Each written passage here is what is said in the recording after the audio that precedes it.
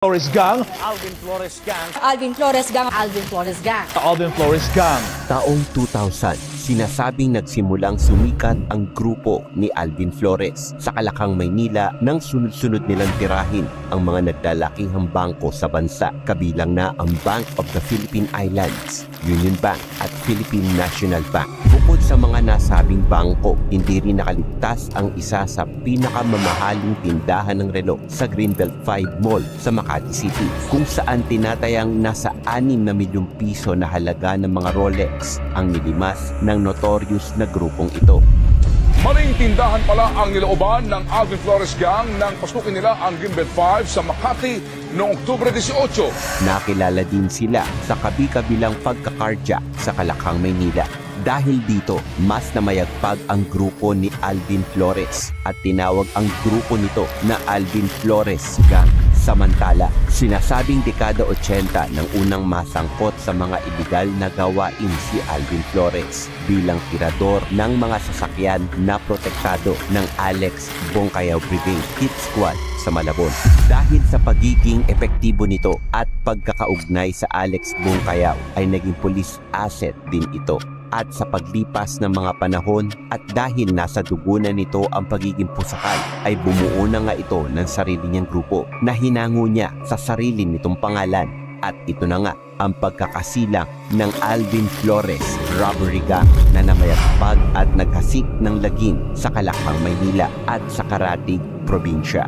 Dahil sa sobrang kalat na ang pangalan at pagkakakilanlan nito sa bansa, ay nagawa pa nitong nagpanggap na bakla at sumailalim sa plastic surgery upang hindi makilala at matakasan ang batas.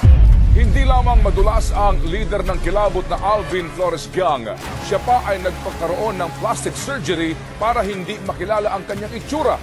Sa eksklusibong salaysay sa ABS-CBN News ng isang nahuling miyembro ng gang, malaki na ang ipinagbago sa mukha ni Alvin Flores mula noong taong 2008. Halina't ating balikan at mas kilalanin pa ang notorious na Alvin Flores Gang sa ating komprehensibong dokumentaryo sa pagpapatuloy ng ating istorya.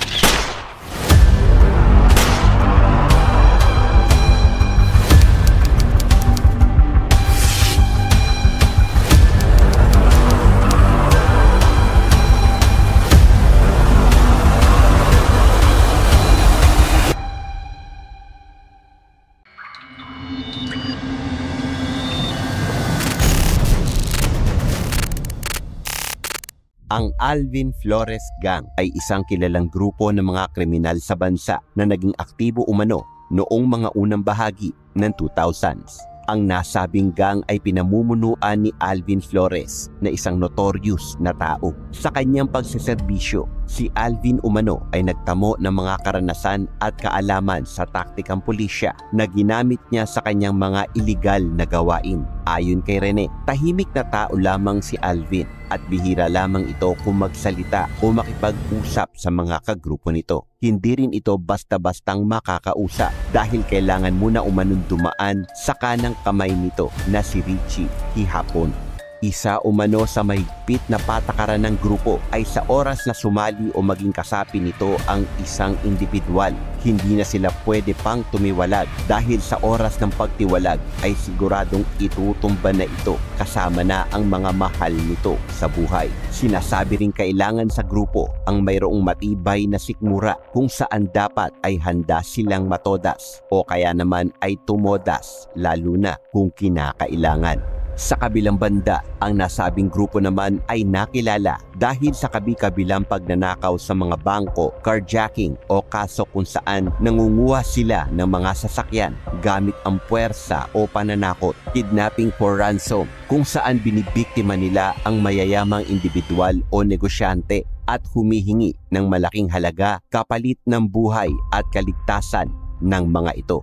Bukod sa pagnanakaw sa mga bangko, sangkot din ang grupo sa pagnanakaw sa mga mall, pawn shop at iba pang mga establishmento na may mataas na halaga ng pera o kaya naman ay alahas.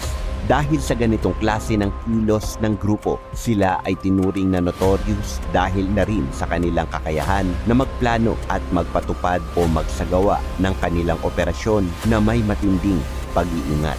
Dahil din dito, naging pangunahing target sila ng mga operasyon ng mga pulisya sa bansa. Bukod dito, lumalabas sa investigasyon na isinagawa upang kilalanin si Alvin na ang grupo nito ay maaaring konektado sa grupo ni Colanco. Lumalabas din na si Alvin ay isang dating sundalo, ngunit hindi umano ito totoo dahil dati umano itong waiter bago pa man ito pasukin ang pagiging kriminal.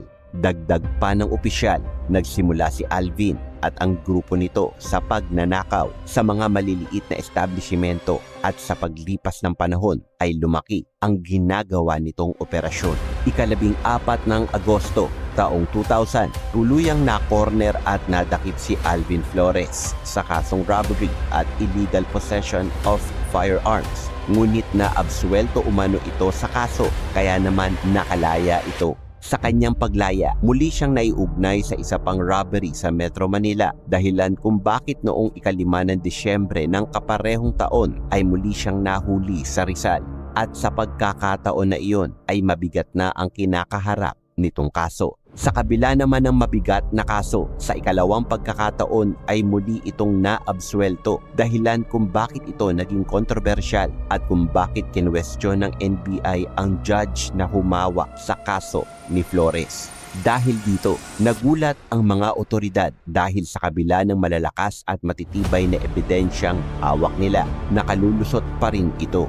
Sa muli niyang paglaya, mas lalong sumikat ang kanyang pangalan, lalo na noong kaliwat kanang krimen na ang kinasangkutan nito. Sa talaan ng datos ng mga pulisya, umabot sa 28 kaso ang kinasangkutan ng grupo nito, kung saan sila ang tinuturong tumira sa Union Bank sa Makati at PNP sa Cainta, Rizal na nagtangay ng 10.5 million pesos.